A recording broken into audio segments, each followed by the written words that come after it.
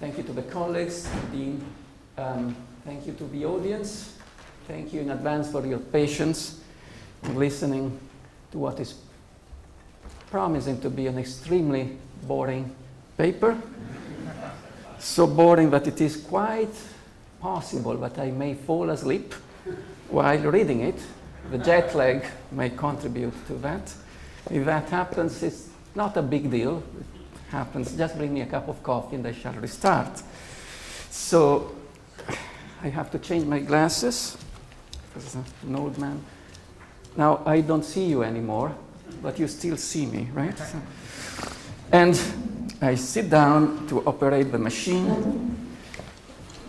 I guess the distance for the microphone is enough for my voice to fill this huge room.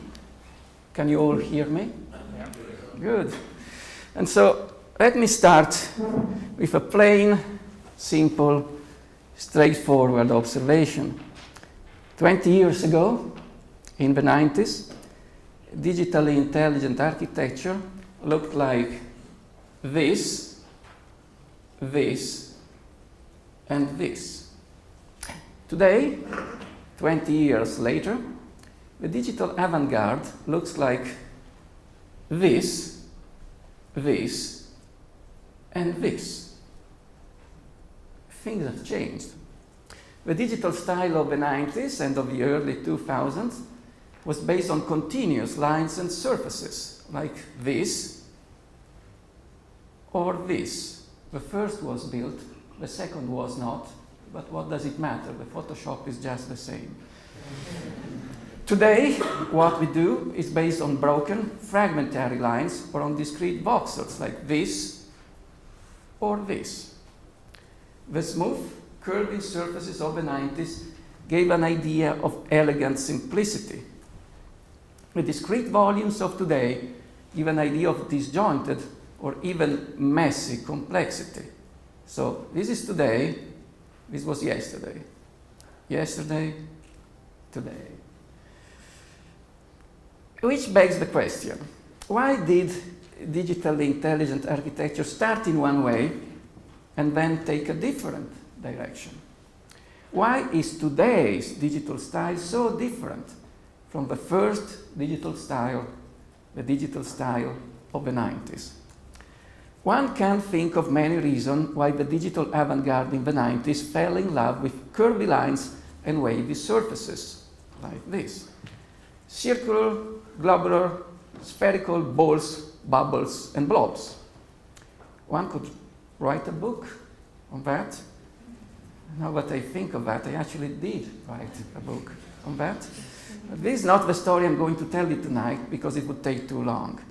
To make a long story short, I shall focus instead on just one protagonist of this long story, which is simply a certain kind of very special geometrical lines called splines.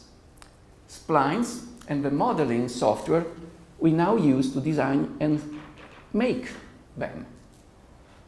As every architectural student today knows, a spline is a continuous curve joining a given set of non-aligned geometrical points. But the term spline in English is very old because it derived from shipbuilding, where it described slats of wood that were bended and nailed to the timber frame of a hull of a boat, as on the upper side of this slide. The slats had to join those structural points in the smoothest possible way to avoid turbulence in the flow of the water along the hull.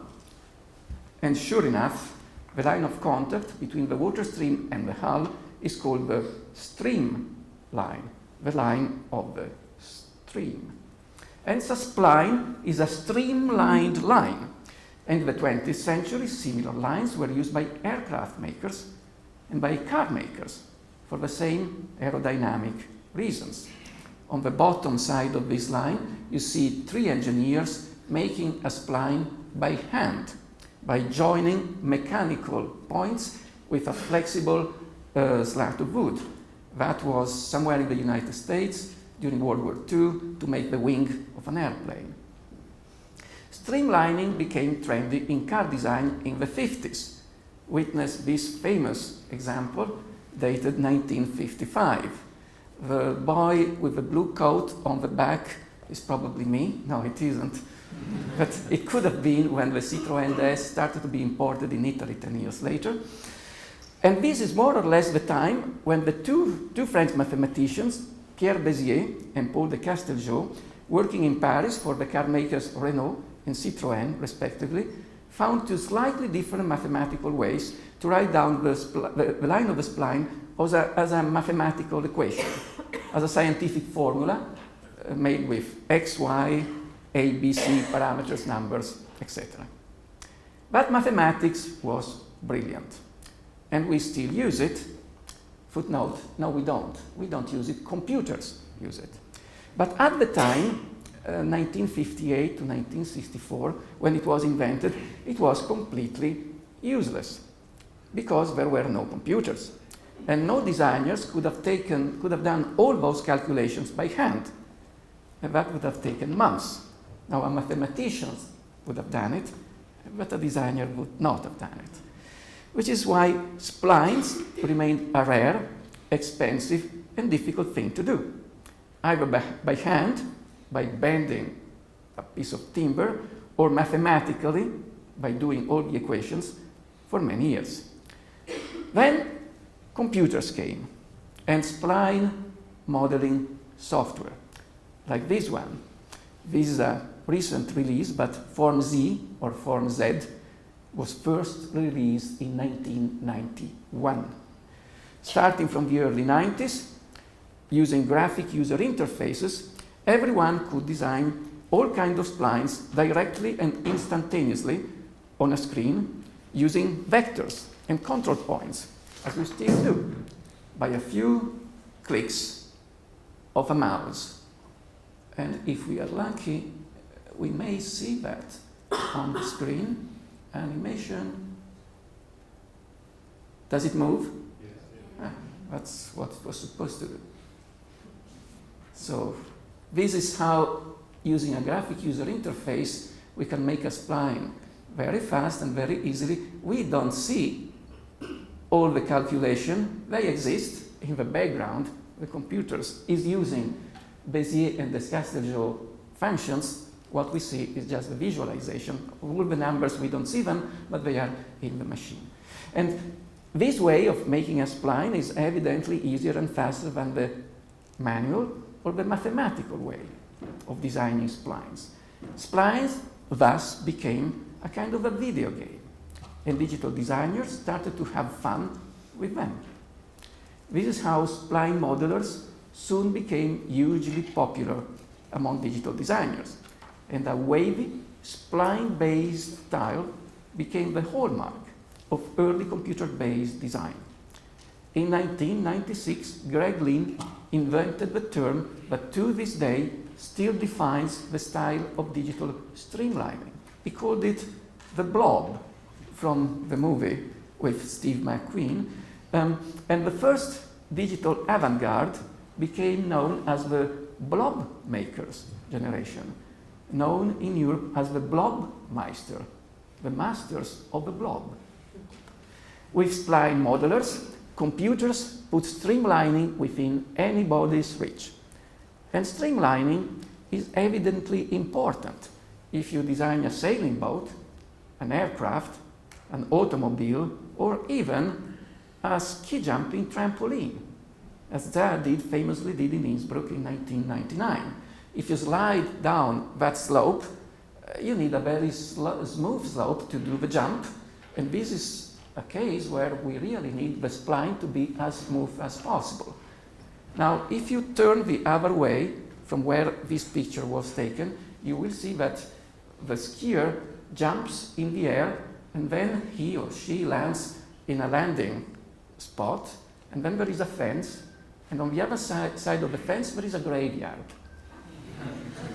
If a church and all the graves and the crosses, this being Austria, all the crosses are there, which I always found a bit macabre, because if you miss the landing, you end up directly into the grave. That's the end of it. But anyway, I don't know if that was part of the original design, but this is where the spline will lead you. In the 90s, however, everything went spliny.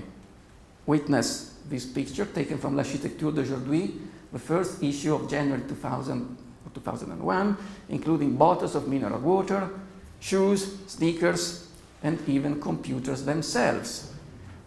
You may remember the G3 iMac, which is really a blob in the shape of a computer, or a computer in the shape of a blob. Some of you may remember the notebook at the bottom, which was the G3 notebook, the first and last notebook in the shape of a pizza or of a frisbee, which is a very good idea if you have to throw it. But for working, it was not such a good idea. And sure enough, digital spline making continues to this day. With technical progress, splines are getting bigger and bolder and smoother every day. This was recently inaugurated in Central Asia by Zahadid, and it is the first spline that you can see from the moon with a naked eye. Because it is so big that if you are, it was calculated, nobody went there, but if you are on the moon and you look at Central Asia, you will see that from very far away. But as I was saying, this is exactly what the digital avant-garde today is no longer making.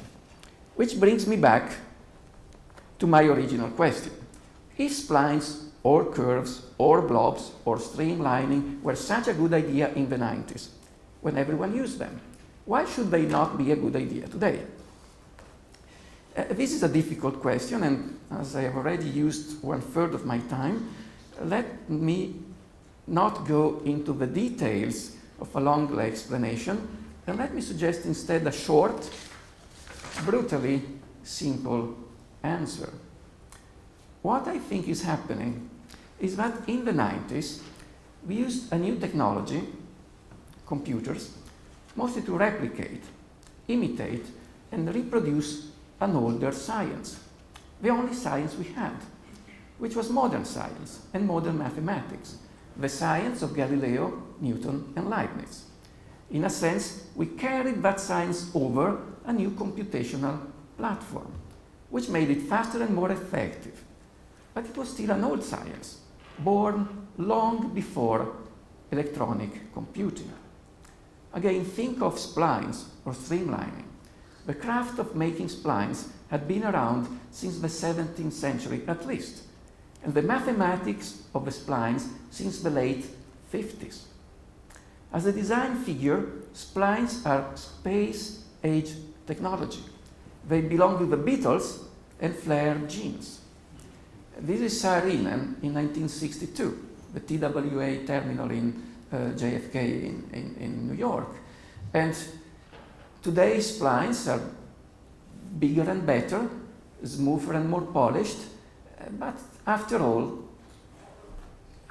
it's not that different. If we look only at forms or at style, and we forget about the technology, the digital spline of the 90s was a revival. Computers made streamlining cheaper and better, easier to design and make. But streamlining was certainly not a new idea, and the spline was certainly not a new form.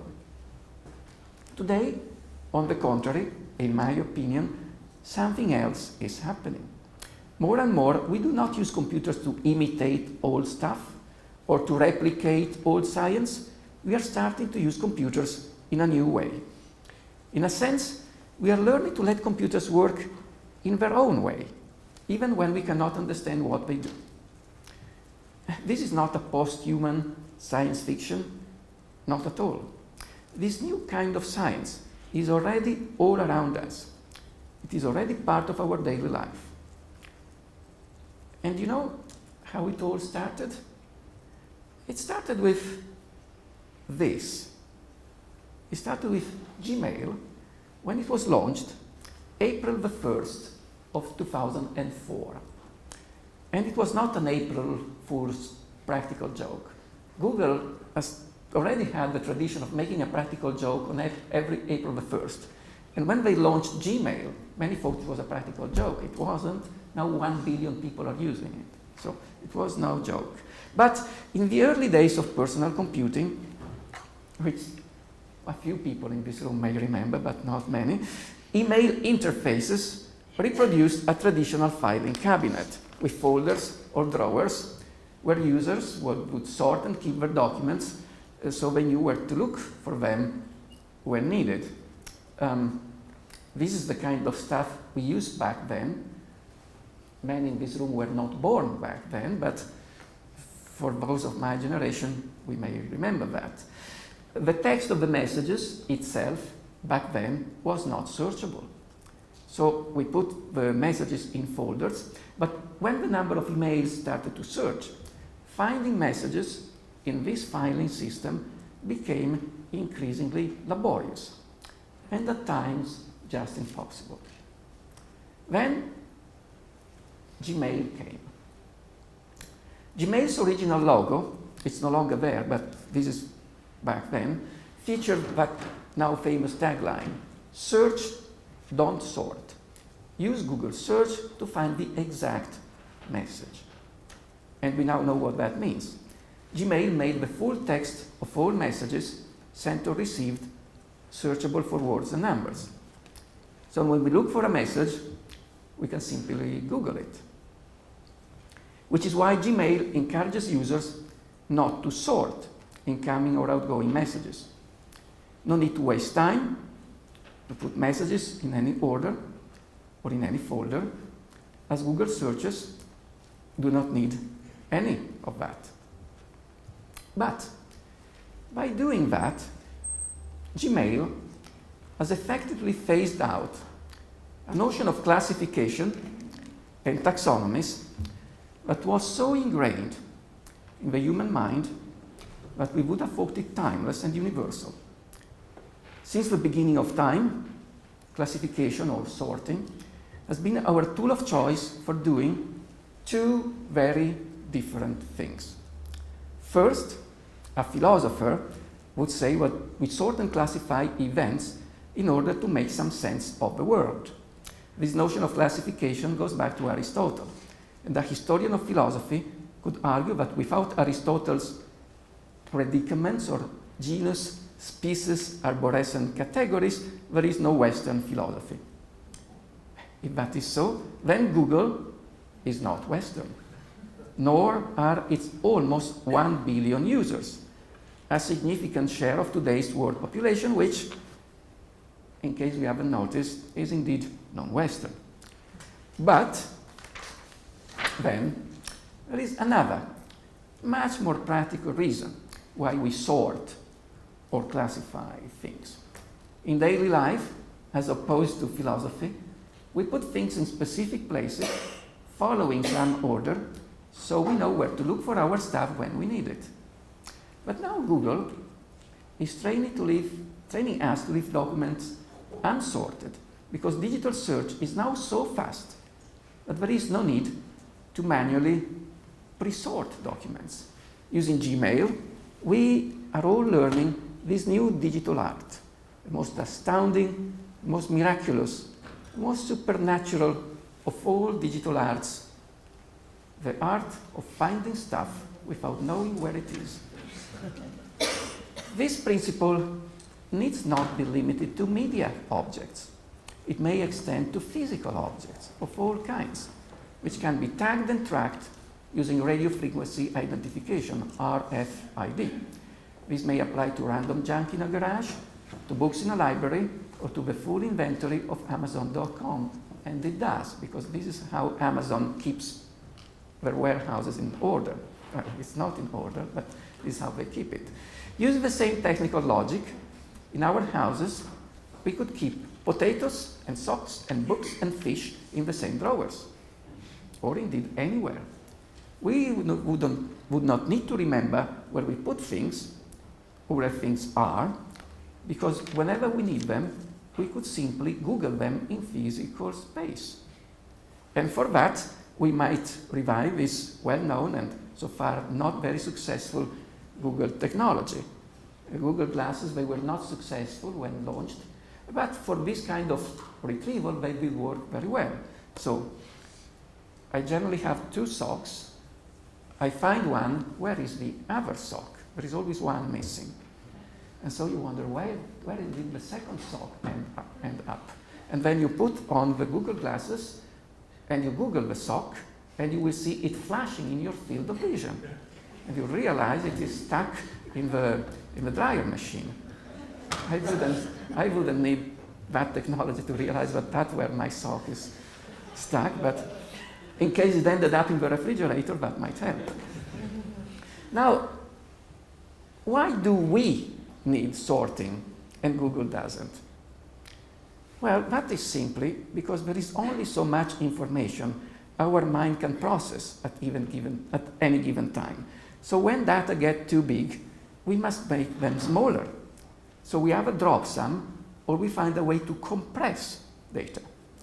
So for example, if we shelve 1,000 books at random, it is difficult to remember where we put each book.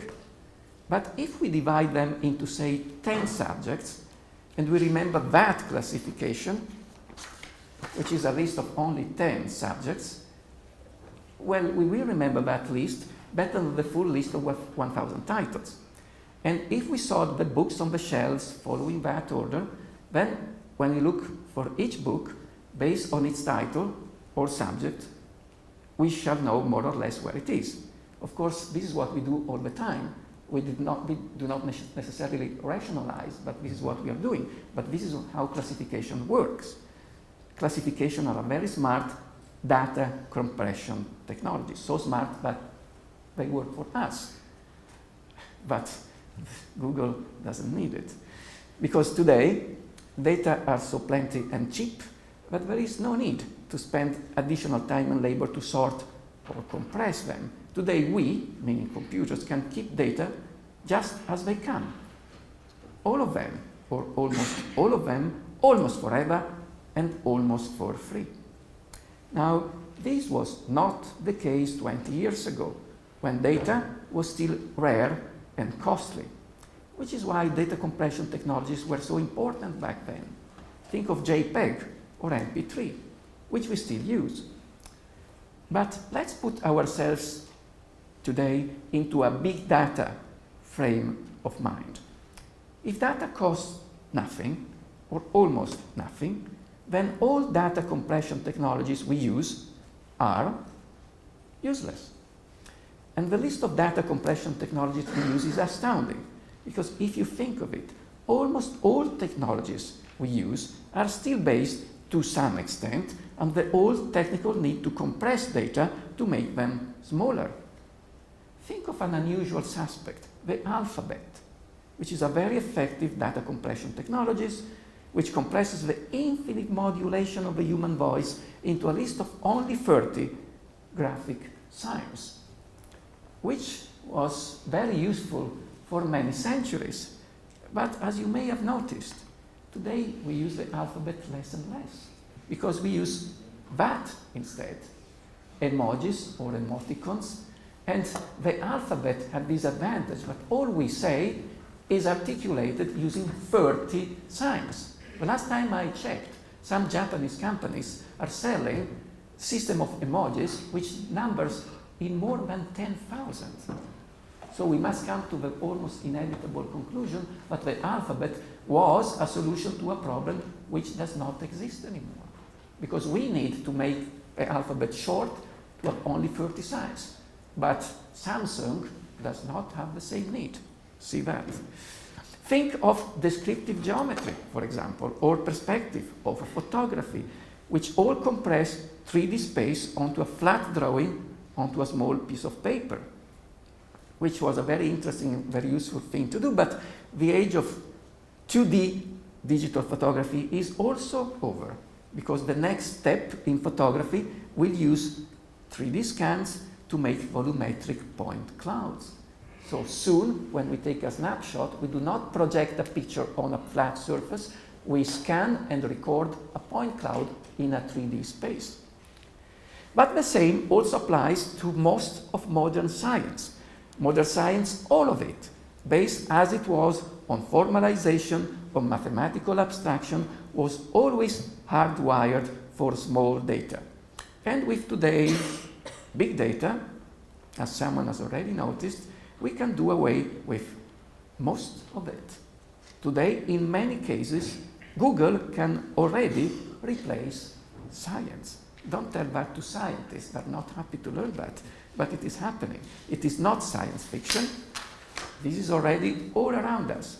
And to go back to design technology, let me show you an example of how this is already happening and indeed already changing the way we design and make things. Example number 1. Bezier splines, or NURBS, mentioned above, are continuous lines that are mathematically notated using analytic geometry and calculus. Now, the equation of a spline is a bit more complicated than what you see on the screen. What you see on the screen is how far I got in my mathematics in high school. But this is the principle. This is the notation of very simple continuous line, a parabola in modern mathematics. Analytic geometry and calculus, which we still study more or less at school, are great inventions of Baroque mathematics. They were invented in the 17th century by Descartes, Newton, and Leibniz. That's interesting. A Frenchman, an Englishman, and a German.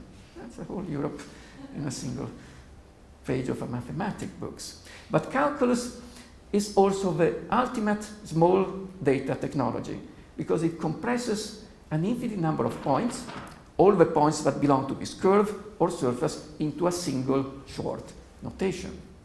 In practice, this script, y(ax plus bx plus c), contains all the points we may ever need to draw or produce that line at all possible scales, which is a very economical notation, which is why it was very useful for long. But let's put ourselves again into a big data frame of mind, and let's assume that we can have access to unlimited, zero-cost data storage and data processing. In that case, we could easily eliminate any synthetic mathematical notation of that figure and simply record instead a very long, dumb log, the list of a position in space of many points of that line, as many as necessary, perhaps a huge number of them. This file will record the individual position in space of a cluster or cloud of points that may not appear to follow any rule or pattern, which in fact we wouldn't even need, so long as each point is duly identified, tagged, and its position is known and measured in 2 or 3 dimensions. This is exactly the kind of stuff that humans don't like, but computers do well. A long time ago, we invented dimensionless Euclidean points and continuous mathematical lines to simplify nature and translate its unruliness, its complexity, into short, simple, elegantly compressed notations, small data notations, made to measure for the human mind, notation we could write down, notation we could work with. But today's computers do not need any of that anymore.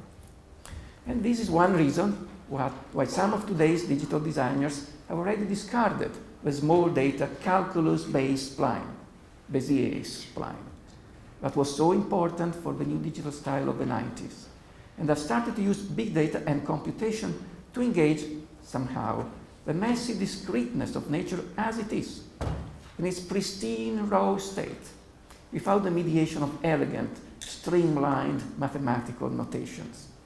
The messy point clouds and volumetric units of design and calculation that result from these processes are today increasingly shown in their apparently disjointed and fragmentary state.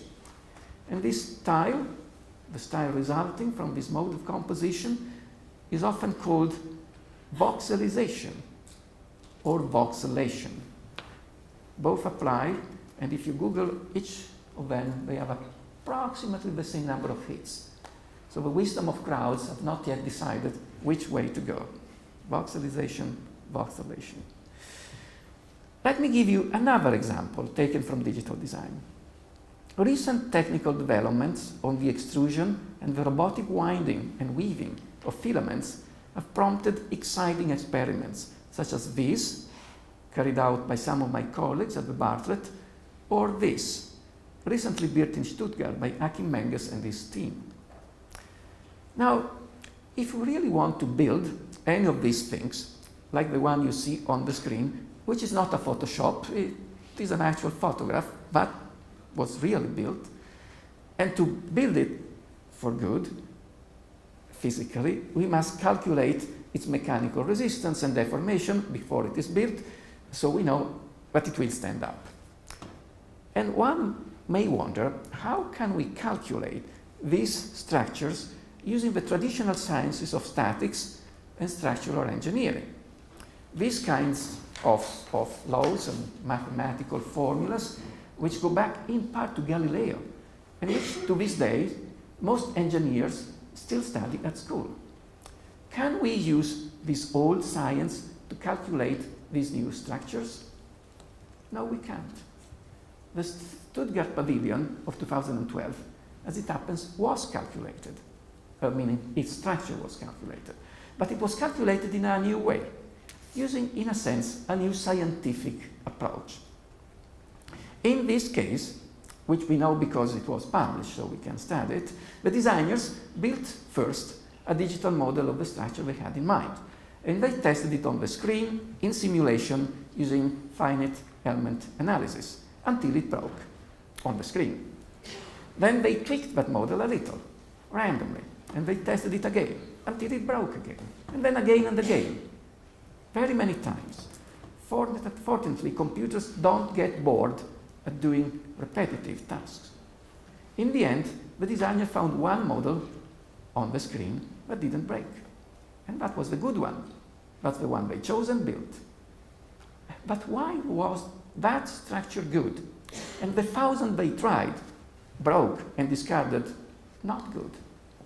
We don't know. Nobody knows. What does this mean? We call this method simulation and optimization, or digital form finding, or form searching. We might as well call it digital trial and error. This is more or less the way an old craftsman, say a carpenter, would have made a chair. Not by calculating it, because craftsmen are not engineers, but by making and breaking many slightly different chairs. Carpenters, cabinet makers, often learn plenty in that process, so by experience and by intuition, they sometimes ended up making very good chairs. Today, using digital simulations, we can make and break on the screen in a few minutes more chairs than a traditional craftsman would have made and broken in a lifetime. So, using digital simulation, we can search and find forms more effectively today than any artisan ever could. But for all of that, this is a method that no engineer or few engineers today would endorse or approve, or even like. In fact, in traditional scientific terms, this mode of design is perfectly stupid, because we didn't use any science to design. Think of what we did not do. The traditional formulas of structural engineering establish causal relationships between loads, forms, and stresses. By the causality they express, these formulas interpret and provide some understanding of the physical phenomena they describe. And they have a meaning which we think is true to nature. This meaningfulness is visible in all the masterpieces of modern structural engineering, from Eiffel's towers to Nervi's vaults. If we look at these modern structures, we understand the basic structural ideas the designer had in mind when they first sketched them. But we did not use any of that to build this structure, for example. So when we look at it, we do not have the faintest idea of how and why it stands up.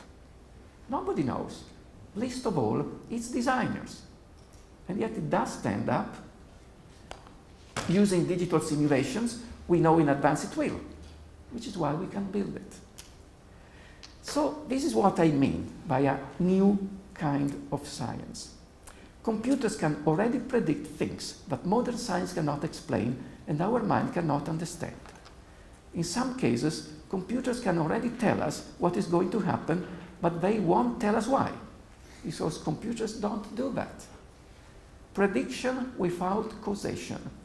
That is not magic, it is the way computers work. And the way we must let them work if we want to take advantage of their power. This is the technical logic of today's digital tools. And if we use these tools, we end up working this way. That is probably inevitable. But that's only the easy part. Then the difficult part comes.